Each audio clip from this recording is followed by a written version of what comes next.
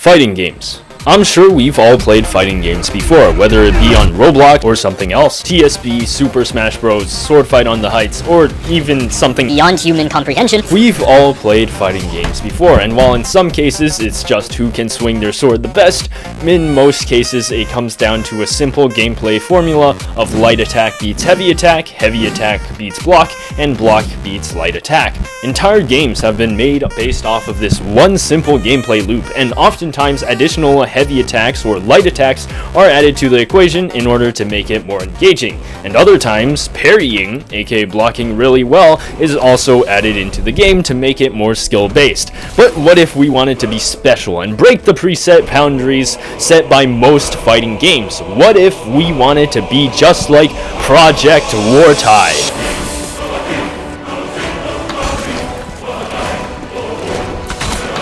Project Wartide is a medieval-ish sword fighting game which opts to break the standard trifecta of most fighting games, opting to, instead of having one defensive option, having two defensive options instead. One being blocking and parrying, and two being bracing and perfect bracing. So now let's check out what difference it makes. What the hell? So let's start off with light attacks. Light attacks in this game work the exact same as in most games, although there's no stun in this game and you also can't cancel attacks.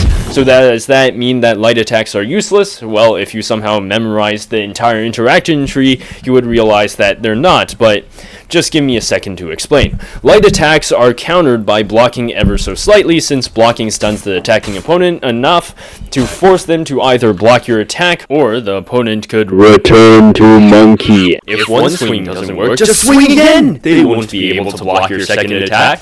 Which, in my opinion, is really bad game design because it makes it so that no one wins the trade, and basically nothing ever happens. And as for bracing is essentially just a higher investment block because it costs more stamina, meaning that it loses to block slightly. And fun fact, yes, stamina does exist in this game, and it's really annoying. And then we have heavy attacks on the other hand, and oh my god. Heavy attacks in this game suck ass! Like, I swear the devs were just drunk one day and were like, hey, I hate heavy attacks in my game, so you know what I'm going to do? I'm going to add a hard counter called bracing, and then I'll make it so that the heavy attacks deal the same damage and have a slower swing speed than light attacks. And you know what would make it even funnier? You know its main point of heavy attacks? The main point of heavy attacks is to block break, right? What if we made it so that block breaks only lasted for half a second, so the opponent can just block again after you block break them? My game will be glorious! So in other words, heavy attacks are useless, and sometimes I've even block broken the opponent and they got a stab on me before proceeding to block my follow-up attack. What does that mean? I've been punished for block breaking the opponent before. In other news, if you look at the interaction tree, what you'll realize is that blocking is basically meta, and it is. So the best way to approach your opponent is to hold block and walk towards your enemy.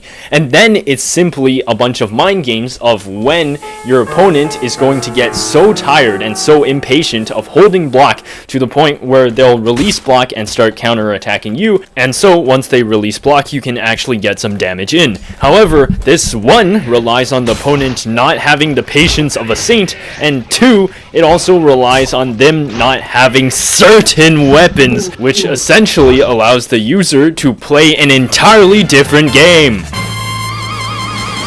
The weapon balance in this game can be best described as genuinely awful, and this fact is exemplified by the so-called rapier, a fitting name considering that the one time I fought this thing it f***ed me 6 times. But to understand the rapier in full, we need to rewind a bit to look at the dagger.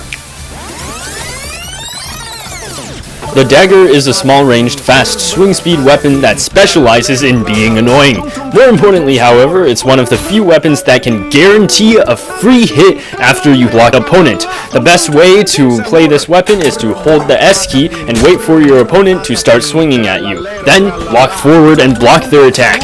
attack back, getting your free hit, and then hold the S key and start the game all over again. If this playstyle sounds really annoying, then the rapier makes it way worse because it has more range, more damage, and a block break, which can actually guarantee them a free damage hit as well. Bullshit. And don't even get me started on the heavy weapons. If you have bad ping and you're facing some of a heavy weapons user and their weapon turns into a whip and you're the 18th century awesome soul that bears the burden of whenever they want to hit you. Oh, and to make things worse, there's a skill tree that actively makes newer players weaker than older players. What the hell? But you know what? Most of this would have been solved if they just solved the...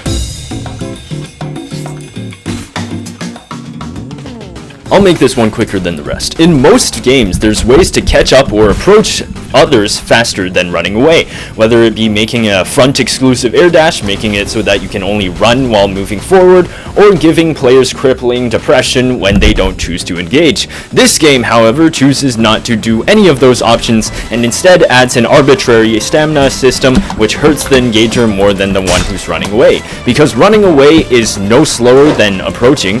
Well, basically no slower than approaching. If you're fighting someone who's a wuss, they can just use the secret Joestar technique to nigerundayo mid-fight and use a bandage, which really pisses me off. Because why are you running away? I sacrificed 6 lives to get you this low, and you won't even engage in an honorable 1v1 to the death, you annoying loser?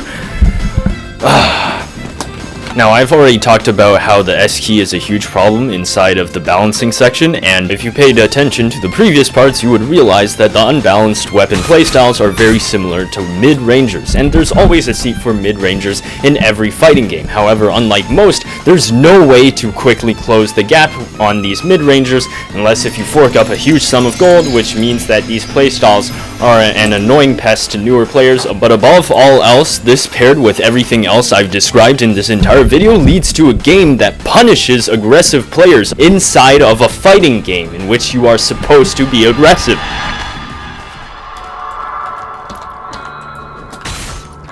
Overall, Project Wartide is a fine game. It has flaws, of which there are many, but the combat system isn't as terrible as I thought. Speaking of flaws, I should use bullet points on all of my remaining flaws with this game to speed it up. The hitboxes are wonky, shields can make this game unplayable for low-range weapons. There's no assists in this game, the impacts of hits in this game is ass. The choreography of attacks in this game are garbage. Newer players are directly debuffed when compared to older players, and speaking of newer players, the new player experience in this game is awful. I didn't even really know what repostals were until I had sunk around 8 to 12 hours into the game, and by then I had already completed 90% of the video, and many more, although those were just my main points. Apparently the devs are working on a huge update to maybe potentially solve all of these issues. They better do, but yeah, that's all I really had to say for today.